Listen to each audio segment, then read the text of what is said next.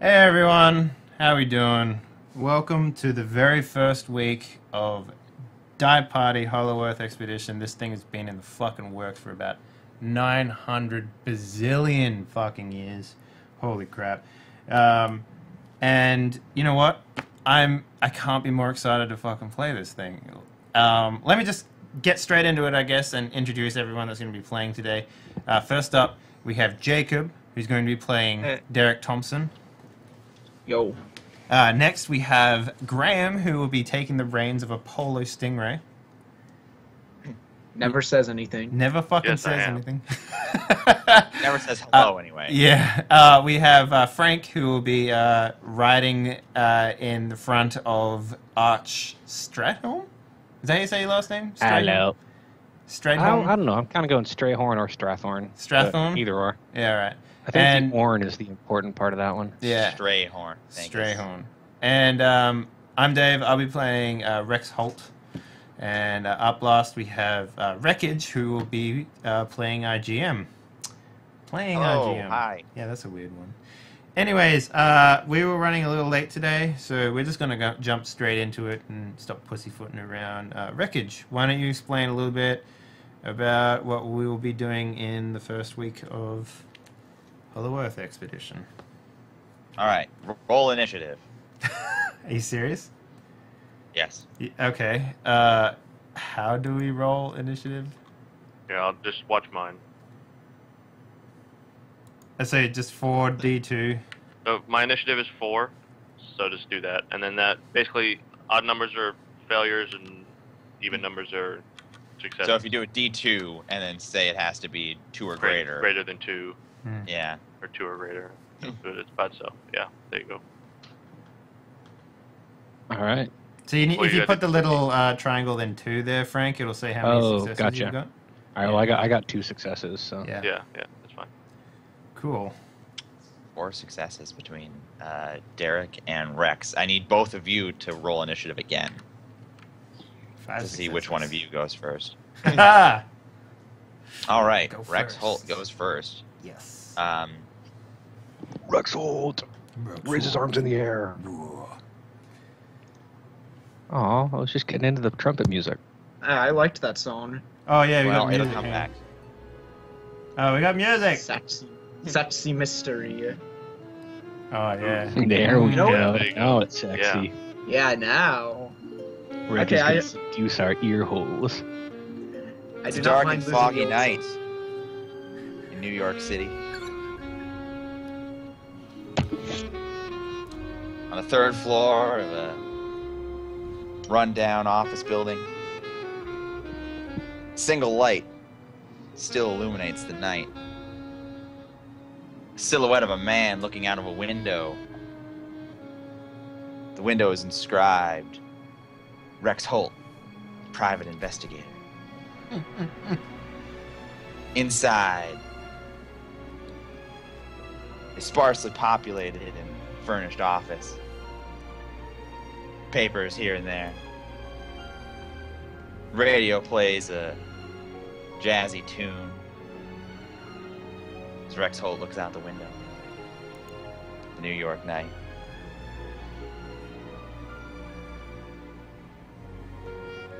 Rex, what are you thinking about tonight? Just about that new lass I hired a month back. She's been a hard worker so far, and keeping me honest, and that's important. What's her name, Rex? Lisa. Lisa? Mm-hmm. Lisa Mulgrave. Lisa Mulgrave. She had blue eyes, blonde hair, legs for miles. If you're honest with yourself, you hired her for her looks and not a resume. The resume But she'll did get help, thanked. though. It wasn't all just looks when I hired this one, but it did help. After all, she only has to answer the phone, and calls don't come in as often as they used to. No, they don't. But just as you're pondering the workload you've had as of late. The phone on your desk rings. I don't have a sound effect for it. I have 6 phones. Lots of phones start Nanophone. ringing. Phones are ringing Whole everywhere. panel of It's like telephones on the wall. Ken and Hook. Oh, fuck. That's too What if good. your 50 phones rings? Banana phone.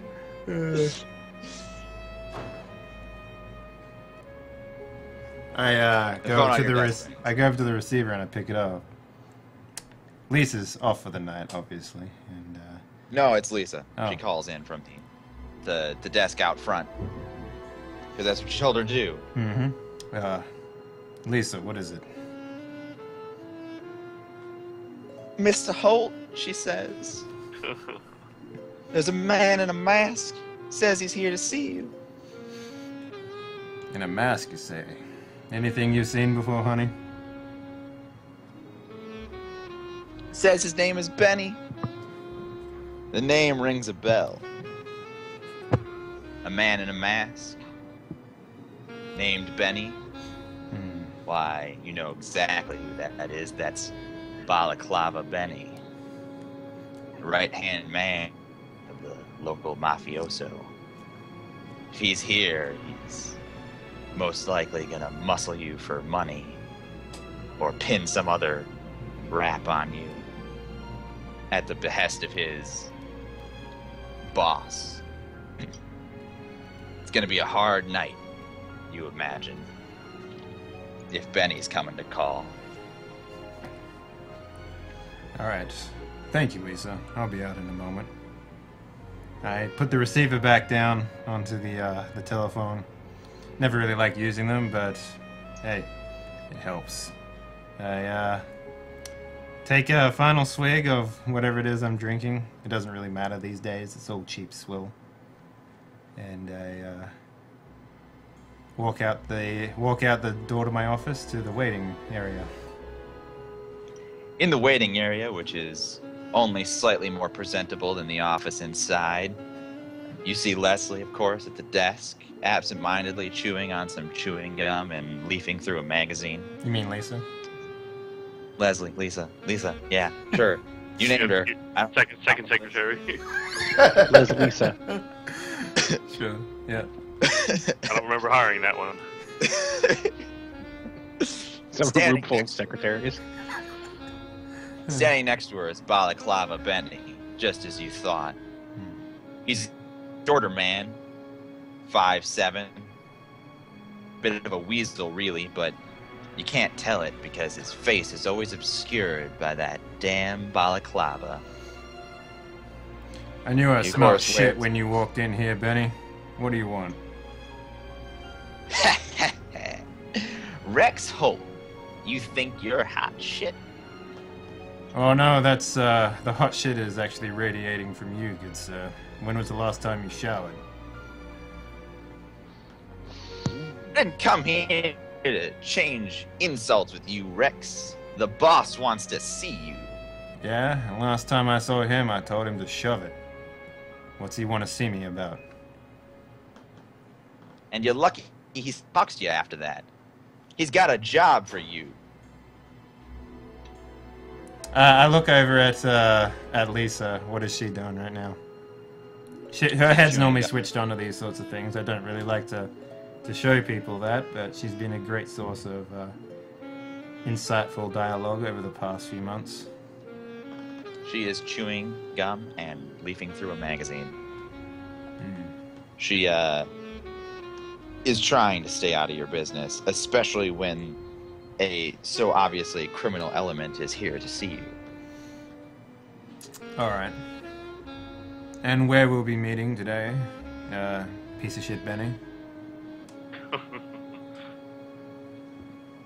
I'm taking you to the mansion.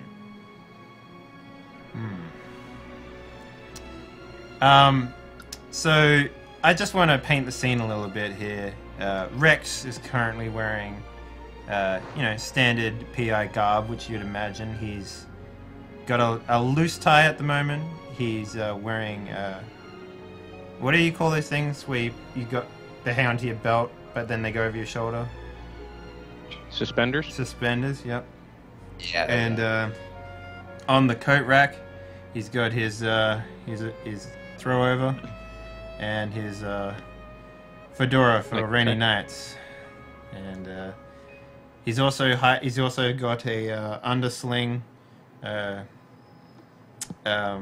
holster, so it's under his arm. Except the gun is, weirdly enough, under his right arm. So you can presume that he's a left-handed shooter.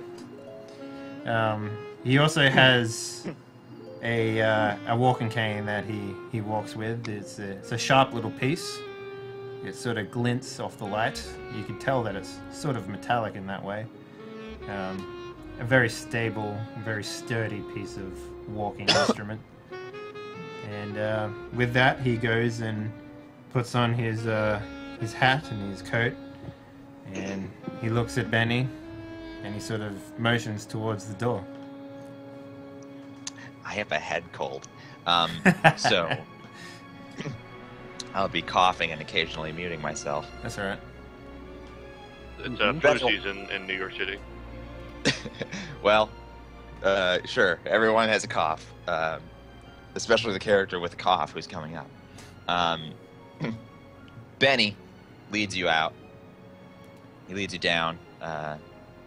Elevators are not necessarily widespread at this juncture, so you go down the stairs, same as anybody would. Mm-hmm. Outside, parked in front of your building, is a fine-looking car, all black, one of those ritzy bits, with the back door open and waiting for you. Holding the door open is another mafioso that you are intimately familiar with. They call him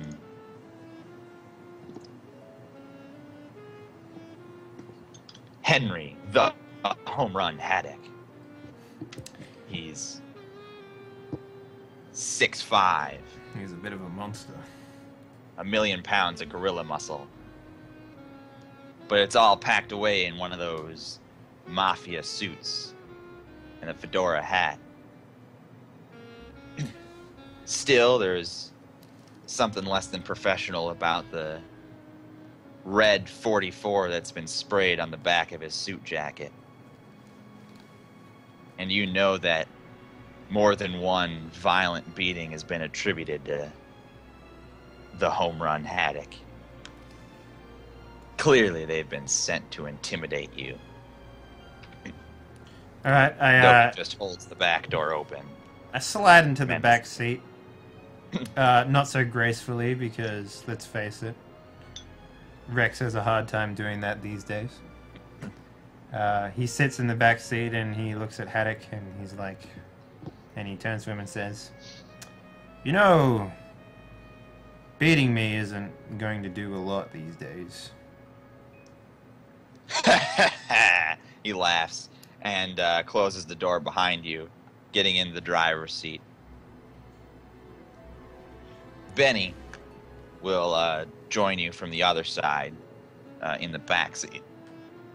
Mm-hmm. And just so we're painting the picture correctly, a balaclava is a ski mask, and Yeah. Benny always wears one. Yeah, it makes it very easy to identify him as a criminal. But not you Yes. identify him. Mhm. Also, this is a pulpy noir villain character, so they always have a ridiculously identifying feature. Fair enough. Mhm. Sure. Like five eyes. Exactly. And he wears a fedora hat as well over the balaclava with a suit, really over the top. You get in the car and they drive down the street. You know exactly where you're heading. You're heading to one of the main holdings of the Italian mafia in New York City, the family mansion, just outside of town. And a nice little piece of property. You get there in no time at all, and conversation in the car is sparse, if any. When you arrive, Haddock opens the door and motions you out. I struggle to get out of the car again. They wait. They know what they're dealing with. Hmm. They don't mind. I straighten myself as best I can. I mean, moving about as much as these guys want me to will probably be a bit of a struggle, and I don't know why I decided this, but you know, third story of an apartment complex for my office wasn't exactly the best thing to do as a man who can barely walk. So Rent, probably. Yeah, but You you don't know, have much choice. I don't have much Sleeping choice. indoors is nice. Yeah. Sleeping indoors is nice. So But everyone can sleep on ground. So floor. by this time, I feel like I've worked up quite a bit of a sweat, if you know what I mean. And the You ride got one over bum. wasn't exactly something. Don't overdo it, Dave. You got one bummy leg. You're not a cripple. I mean, you're a No, cripple. I'm pretty crippled. I'm pretty crippled. You're not disabled. I'm This lame. isn't the- Anyway, continuing on, I guess I follow these two reputable gentlemen inside the mansion. A butlery-looking fellow opens the door to the mansion proper and motions you in with a refined "sir." Haddock and Benny follow behind you closely. You sense that Benny has one hand on his revolver. That's fine. I've got one hand on my cane, if you know what I mean.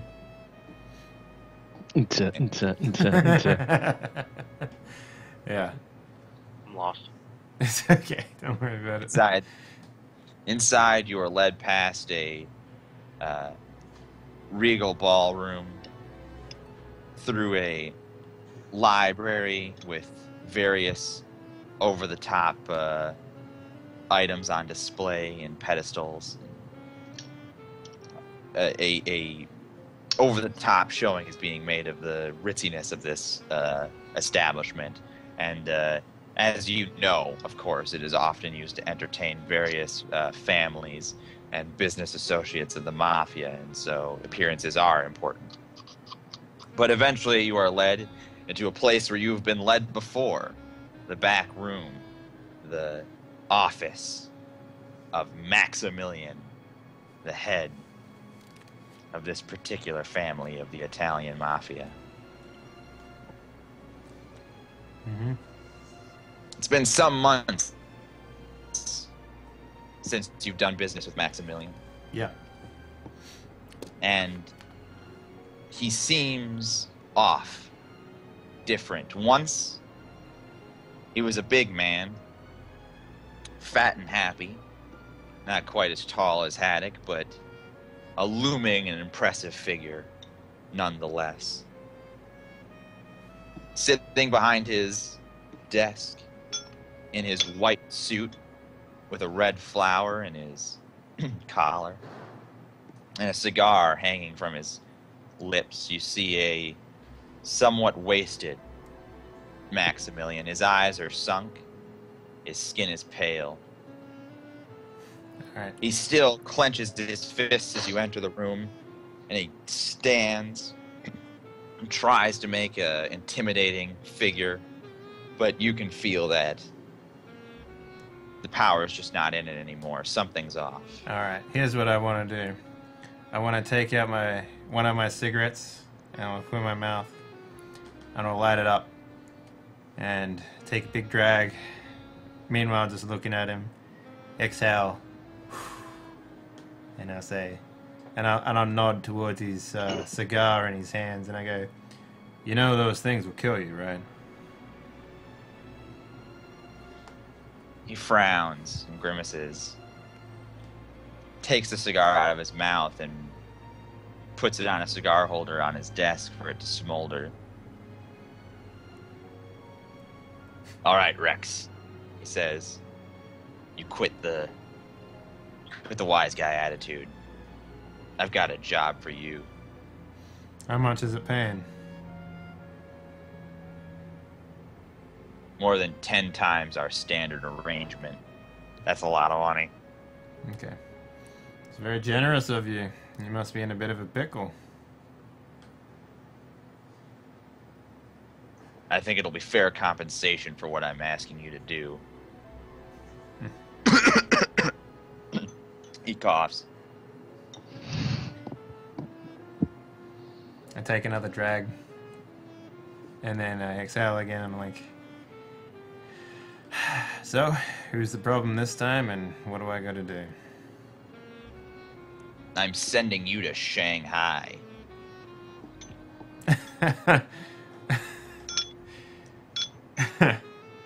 Shanghai. Are you serious? What could That's you? right. What possible business would you have in Shanghai? That's not for you to know, Rex. I think it kind of is if you're sending me there.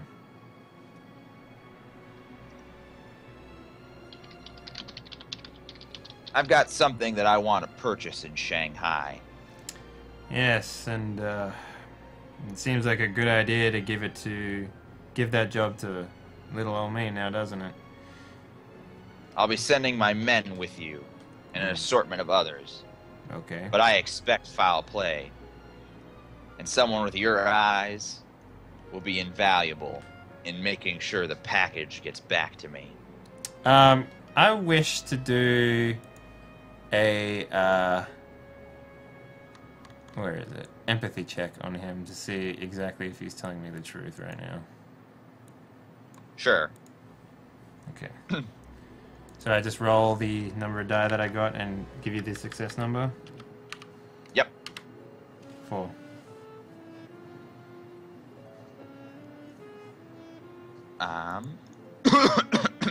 He coughs again.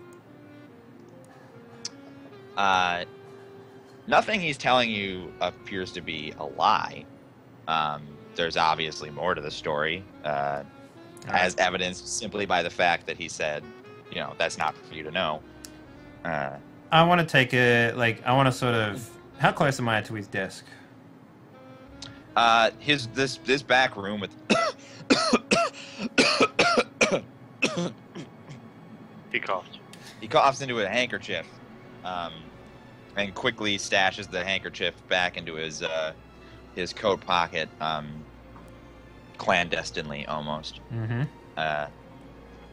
This office is a long room, longer than it is wide. You enter facing a window that overlooks the back courtyard.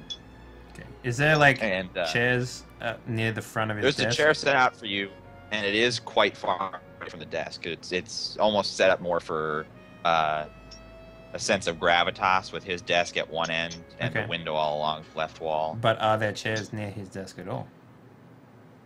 Not near his desk. Okay. There aren't chairs, except for the chair that he sits in. All right. Well, There are chairs facing his desk that are, I mean, they're not super far away, but they're not close. all right. So not basically, like you're I want meeting to with try a and lawyer. get as close to his desk as I can, but I don't want to seem like I'm investigating too deeply. I want to see the contents on top of his desk. Well, you can definitely see what's on top of the desk. All right. What am I looking at? He's got his cigar holder and his smoldering cigar in one place, as I mentioned. There is a fancy pen and an inkwell, that sort of thing as well. There is a phone made of ivory with gold trim on one part of the desk. There is towards your end, facing other people, there is a fancy sort of jade figurine of a stallion, and that is there just obviously to impose and to be regal and awesome looking. All right. So nothing of information worth. That's kind of what I'm after here.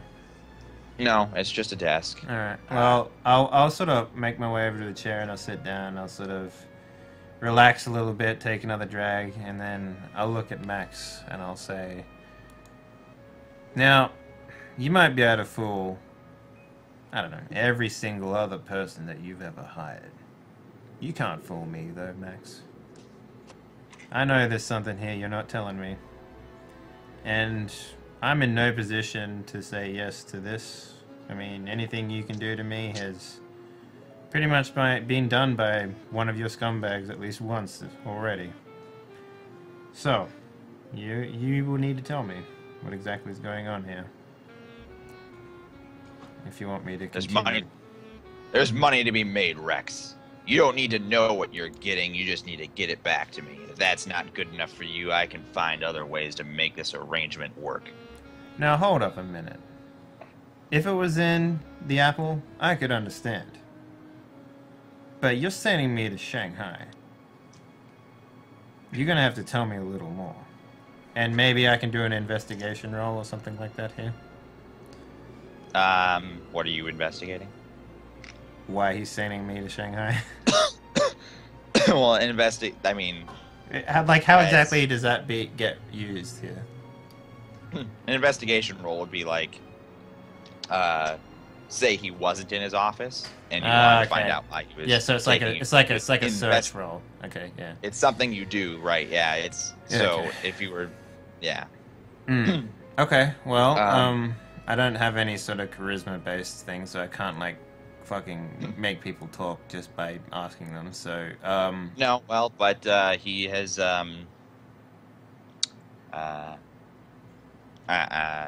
mean, like I said, you did do the check earlier. He definitely is. He's telling you the truth. He's not intentionally misleading you per se. All right. So, say I head to Shanghai. I get you this. I assume it's a remedy. And I raise an eyebrow. and then he does make a motion. He said, "Sharp as ever, eh, Rex?" Well, that's exactly why I'm willing to do business with you on this.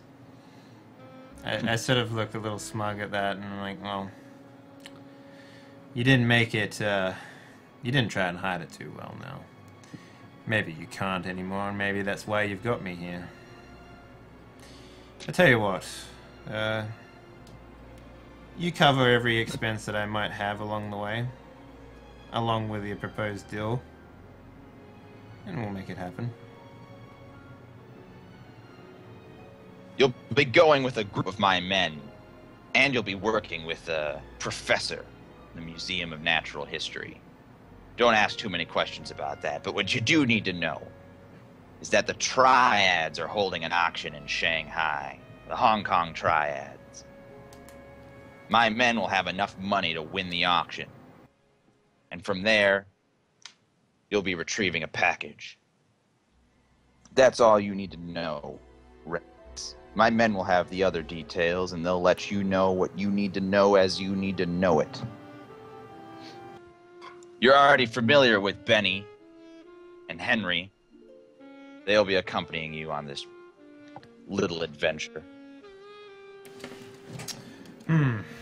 Benny, huh? Making sure things go my way. Why don't you sweeten the pot a little bit and get that bastard to clean himself before we go?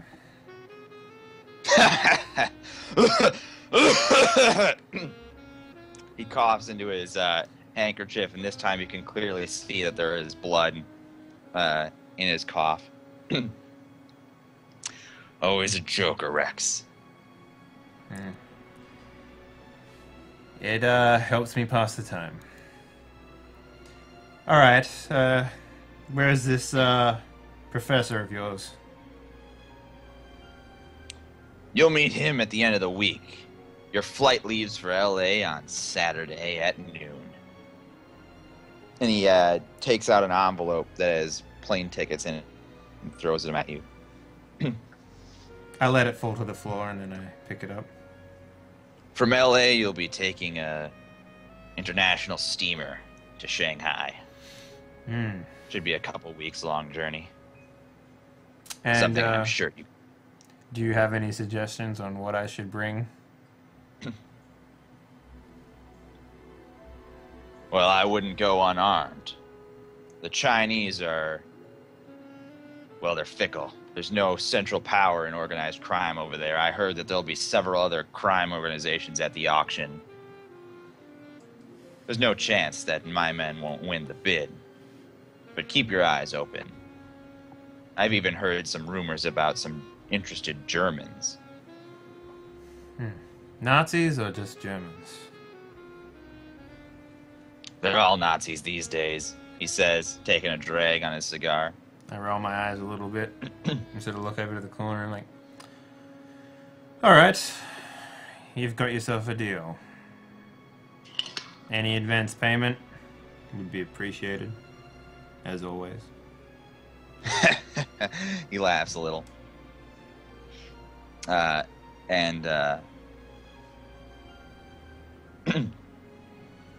He will, well, let me make a GM roll here. Hey, I said as always.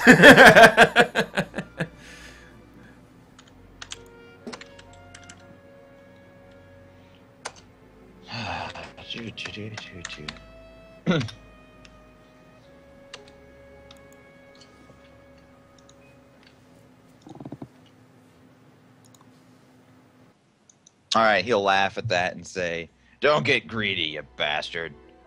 Just show up to your plane. You'll meet the rest of the crew then.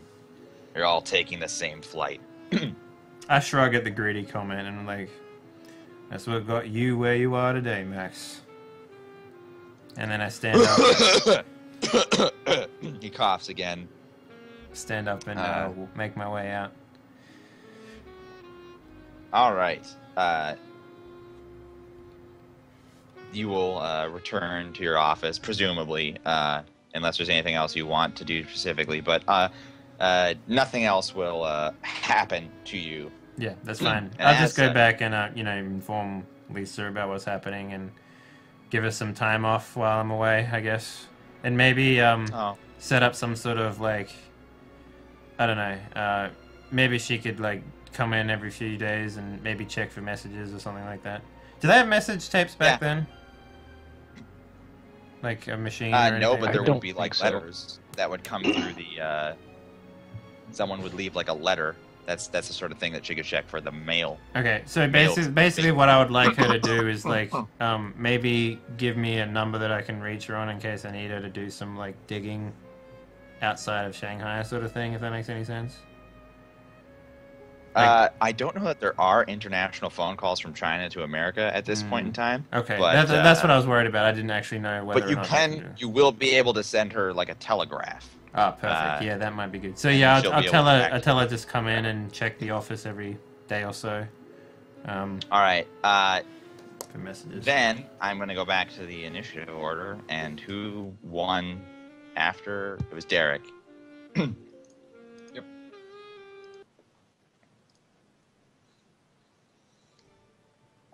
Oh. Derek, Yes. you've just returned to New York from South America after getting fired from your previous dig. Third time. Third time. Third time. You found work has been really hard to find lately. Some of the people that you've worked with in the past are suspiciously saying that their dig sites are full when you know for a fact that dig sites could always use another archaeologist. Sending letters looking for work has had all manner of excuses come back as no thank you, more or less. And you've been awfully suspicious about it. However, there is still one more person you know that might be able to get you on a dig site. I know that.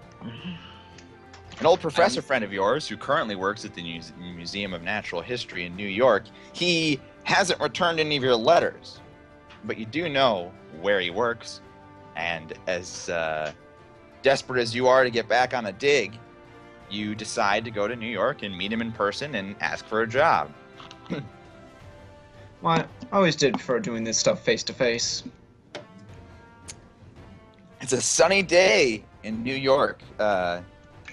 You show up around noonish, lunchtime, and you decide to waltz right in like you own the place.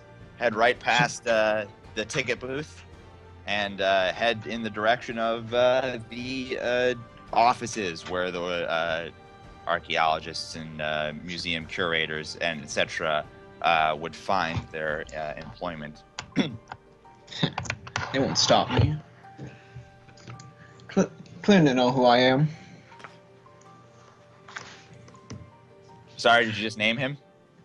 No, no, I'm saying that the museum Museum people won't stop me. They clearly know who I am. Oh, I I'm thought an you said important man, after Clinton all. will know who I am. Like No, you mean no, the no, professor. no. No, that's fine. Clearly they know who you are. That's fine. That's great. I mean, I didn't have a name for the professor yet anyway. But, Well, there's your name. Clinton. All right. Professor Clinton. Speak of the devil, you see two people having an argument as they move down one of the marble hallways of the Museum of Natural History. One of them happens to be Professor Clinton. He seems to be following behind a bookish-looking man whose nose is buried in some clipboard, writing disinterestedly in it, while Clinton apparently makes some sort of emotional appeal to him. You can't hear what they're talking about from here, but you can clearly see the emotions written all over their face. Well, no, I don't. They seem to have a discussion, but so I won't interrupt them. But I do want to find out what they're talking about. You want to Okay, get look. closer? Oh yeah. As you get closer, the disinterested man speaks up. Listen, Professor, I do not care if you are willing to risk your career on such a venture, but you will not drag the museum down with you. Do you understand? In response, Professor Clinton replies, yes, I understand, but I just need one other archaeologist. My team is full. Bradley isn't doing anything for the next few months. His calendar's completely clear. I don't understand. At this point, the disinterested man shakes his head and says, this is all I will say on the matter. Good day, Professor. And apparently reaches his office and steps inside and closes the door on Professor Clinton. So,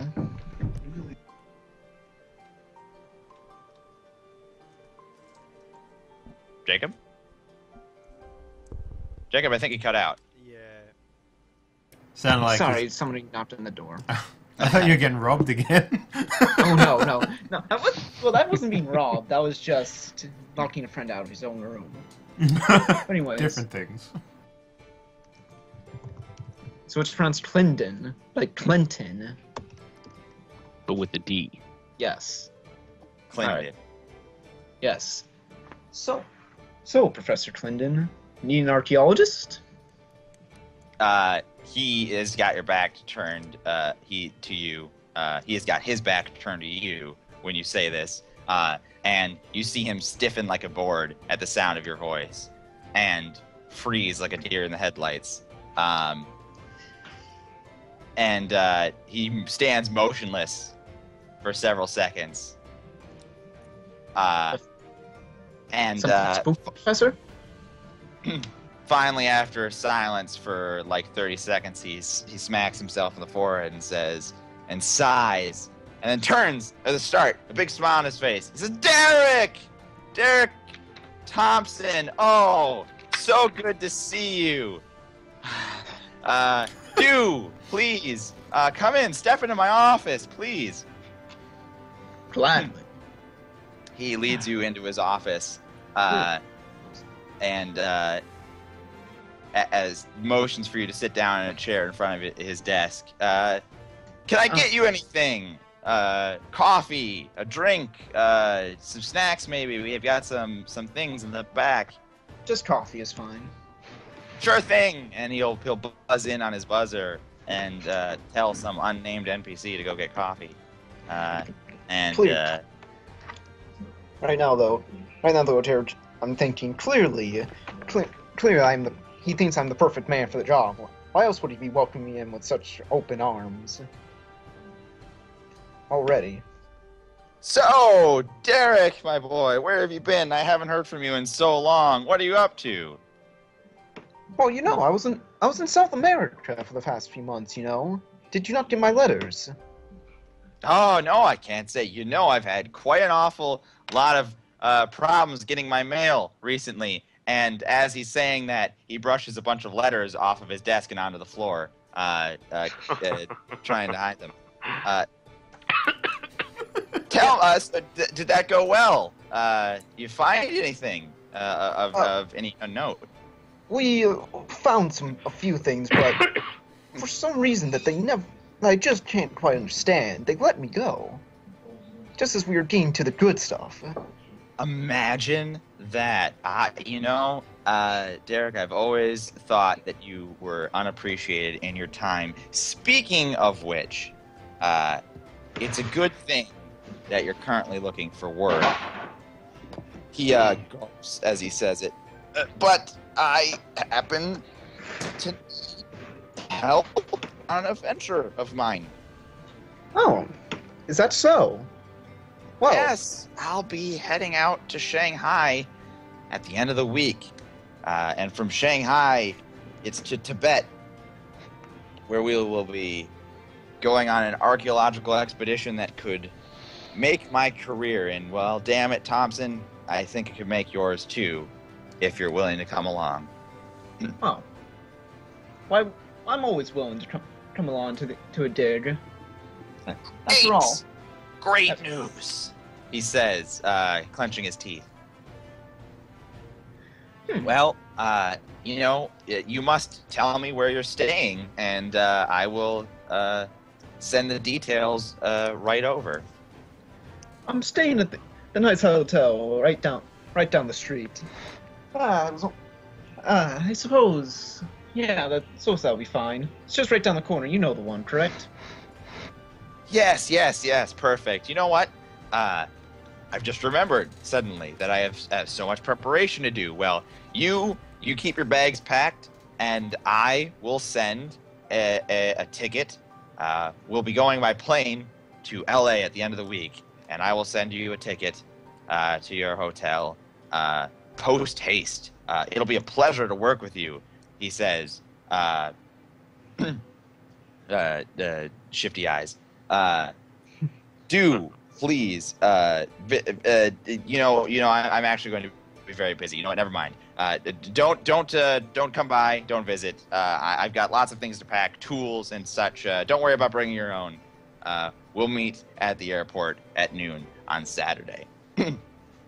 Sounds and with fun. that, he's already stood up from his desk and moved over to the door and opened it. Good to meet Professor. Be nice to work with you. And I'm gonna extend my hand to shake his before I walk out the door. He grabs your hand, shakes it once, and tries to lead you by your arm out the doorway. Just as his secretary shows up with coffee. I take. Ooh. Oh boy. Oh, man, I fucking love Derek Thompson already. Holy shit. Since presumably I'm about to bump into her, can I make it I just made a dexterity roll to avoid. No, you're not gonna bump into her. She's... Okay. The wording was confusing there for a minute. No, there's no danger of that. All right. Well, as he's basically stronger me at the door, I'm just gonna grab my coffee in one quick motion. Basically, in quick motion, grab my coffee and start heading towards the front entrance. I like the idea of you just using like acrobatics to just do mundane shit. Like that's why people hate you, because you're like always sneaking up on dudes. Like I imagine when you were doing that, the whole thing to like listen in, that you would climb on the rafters of like the building to try and like sneak in up on top of them or something. Like, it's full on Sheldon stalker thing. Like you're parallel parking acrobatics, man. Yep. But as Derek walks out, he's just doing a thing. That Damien fellow that I just know is the one that keeps me fired from all my dig sites. Might be a pain in my side lately, but you can't affect me here at least. And just sip a piece of coffee. Damn, it's good to get a job so fast. And as far as you're concerned, everything about that seems to be in order, and nothing is suspicious. Yep.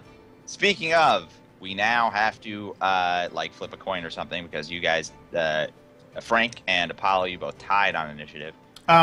Before we go on to the next one, do you want to maybe take a break and come back in a minute? I mean, we haven't been going for. We've only been going. I'm for, actually okay. Oh no, yeah, we've only been going for about half an hour. Yeah, sorry, 40. my bad. Yeah, you're absolutely right. Yeah, because it started late. So Yeah. But yeah, a little bit longer to go. Yeah. You want to just roll like D100, and then whoever gets the higher number goes first? Sure, fine. That's a great tie. I figure a 1D2 is kind of awkward, but a D100 should give us another. Archie. Hey, there we go. Oh, couldn't step up. Yeah, Graham. I'm sorry to say. If it was a fist fight, I would have won. You were bobbing, but you weren't weaving. It's true. You would have won if it was a fist fight. Cool. All right. Arch Strayhorn. That's how we're deciding your name is pronounced. Yeah, go Strayhorn. Strayhorn. Strayhorn. Strayhorn. It's got I was Strathorn thinking on the Stratford. game. I kinda- Yeah. But Yeah, yeah, go on your Stratford. sheet it's spelt differently, so I'm gonna have to change. So that. with Let's go Strathorn. Let's go Strathorn, just to keep the whole game thing. Yeah. Okay, I'm glad we resolved this crucial naming issue. Well, the arch was the important part. Yeah. So. Okay. Excellent. I'm interested to Arch. hear what each person's fucking soundtrack is, though. If this is cloud music, I'm gonna reach through this thing and punch you. He doesn't have his own music, unfortunately. Aw. His character wasn't defined enough for me to have a... Well, I mean, there was an obvious noir thing. This is actually the theme song for the entire game that's playing right now. Oh, okay. I didn't hear even it though- before, so yeah. All right. So, I sorry. mean- Yep. Go ahead. So this is just the generic theme for the game then. For this, yeah, for the Yes, adventure you're not game. special. Sorry. Oh Yeah. well. I'm sorry. You know what? Maybe now I will find a theme song for everybody. Now that there's clear desire for it, I'll find something for everyone. Awesome. Yay. Sweet. Arch. Jeez, man. Somewhere Maximilian dies. Anyway, Loudly. Archie. Yep. Archie. Arch. After the war, you never really found your place. You've gone from place to place, doing odd jobs, odds and ends, not finding a career, not finding any associates or friends that you particularly care about. Recently, while working as a dockhand in Chicago, they have a dock. Mm-hmm. You celebrated a little too intensely at a bar one night and accidentally got into a pretty serious fight. When the fight started, you didn't know what you were getting into, but it quickly, as the other guy drew a gun, turned out to be a gangster. Well, you were a little faster, a little quicker, and a little better than that schmuck, and he ended up with a broken glass bottle in the throat. Of course, Bastard drew on me. the bastard did draw on you, but it doesn't matter that it was in self-defense when you kill a gangster, because it no longer became safe for you to live in Chicago. Mm-hmm. You hopped on the first bus to the first major city, and it just so happened to be New York. Which is good, because you could pick up in your thrilling career as a dockhand on an open sea dock instead of a lake dock, which is definitely going places in your mind. You're working up the corporate ladder. Okay. Practice my poetry on the bus. It's still shitty.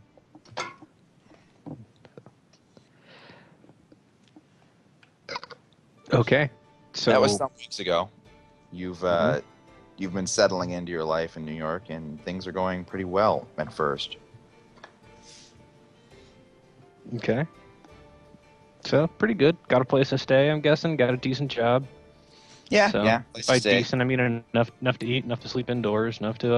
Enough sleep indoors, enough to drink after work. I mean, what else could a man want? drown my depression and the fact that I can't seem to let go of a war that happened 20 odd years ago. Who- So, Yeah, before PTSD has been recognized, unfortunately, you imagine the benefits that you are missing out on. It's a tough life. You get off work from. You're just about to punch the clock, literally, because they had punch cards and clocks in that day and age.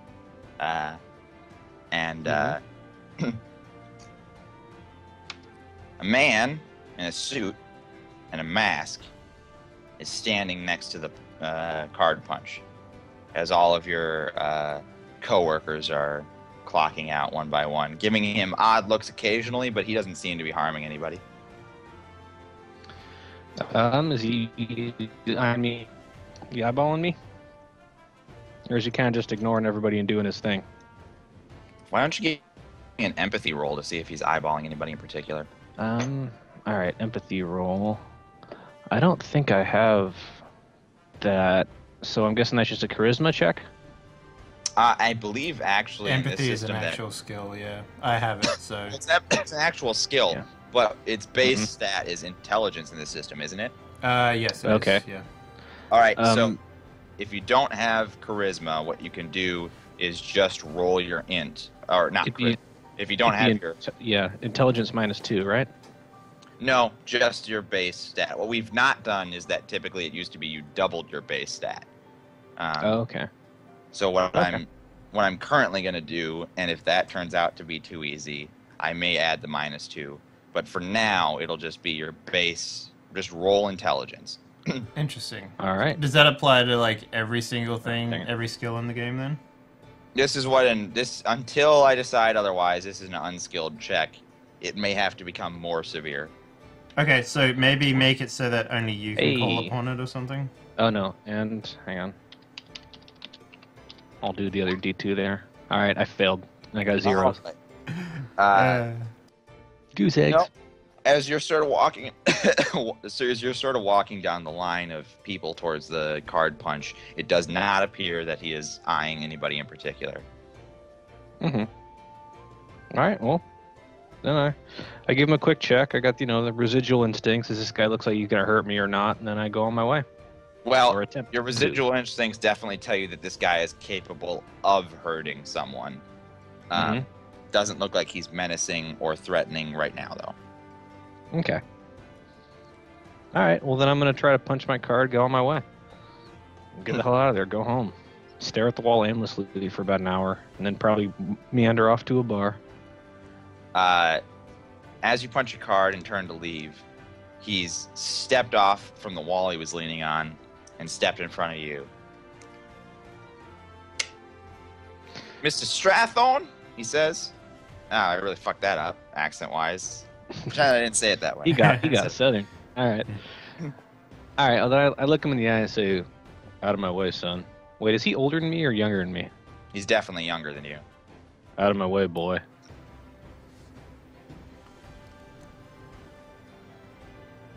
Oh, come on, don't be like that. He says, I want to buy you a drink. All right. Should I ask what this is about? 'Cause I'm guessing my danger sense is like this guy's not good, tingling, so. Yeah. Definitely tingling. You do have the stat danger sense? Oh, I was just using colloquialisms. I don't think I do. No. Oh, yeah, that's an actual thing in this game, so... Then, all right. No. Then I believe anyone that wears a balaclava in general daily thing is funny looking, and I'm kind of on my guard. As you should be, appropriately, because it's weird that he wears a balaclava. Oh, Benny. So, okay. All right, I go with him. Nothing you have to worry about. I just want to buy you a drink. Have a little talk, he says. Last time I had a talk like this, bad things happen. So, let's see what you got to say. Like, I'm more bemused than pissed off right now, but it's kind of a hairline between the two. He sort of steps out of your way and motions for you to follow him. Do you look like you're willing to follow him? Yeah. I mean, I'm new in town. I don't really know who this guy is. He's probably someone I might need to know about in the future, so I'm going to go with him.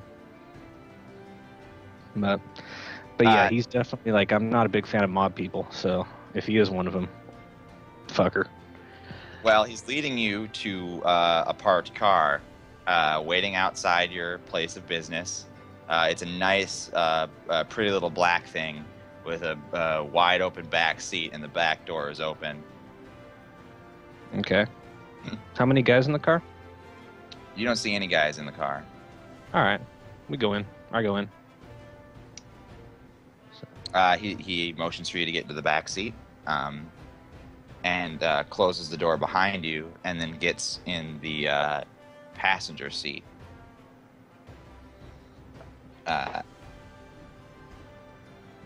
Okay.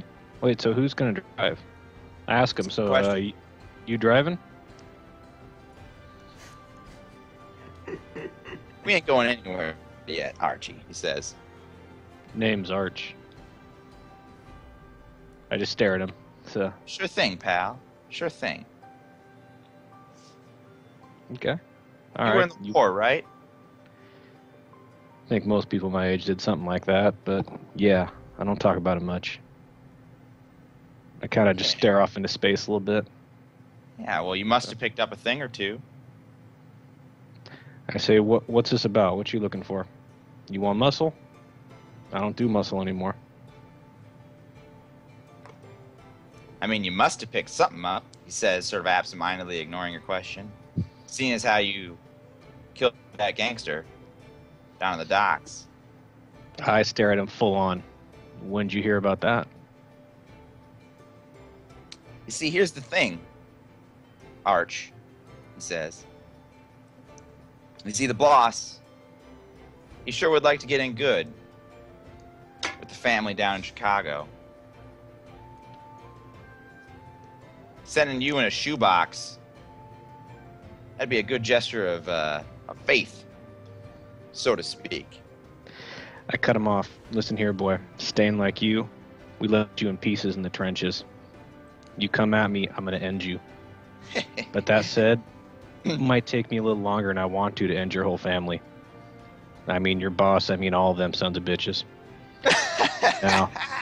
Oh, big talk. Boss loves that. See, it's your lucky day, Arch.